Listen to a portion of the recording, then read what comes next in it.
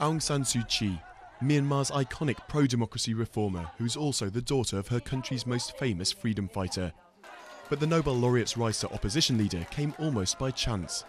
She was educated abroad but returned home to nurse her sick mother in 1988, the same year that the military violently cracked down on anti-government street demonstrations, killing thousands of people.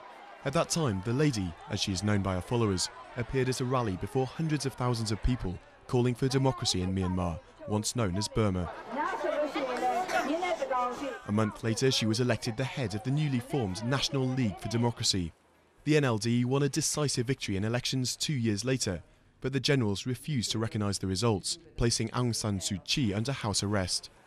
In the past 20 years, she spent almost 14 in detention, but her power to inspire has not diminished. Without the Aung San Suu Kyi, there will be no inclusive political process, there will be no peaceful transition, no true reconciliation, and also no lasting peace and democracy in Burma.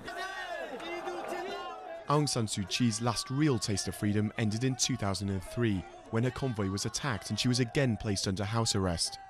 She seemed to know what was coming, speaking to reporters and diplomats a few months before the attack. I do not think there has been any progress. In fact, I would have thought that there has been some kind of regression.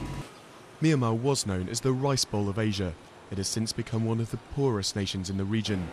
Aung San Suu Kyi was once offered her freedom by the junta if she would simply leave the country.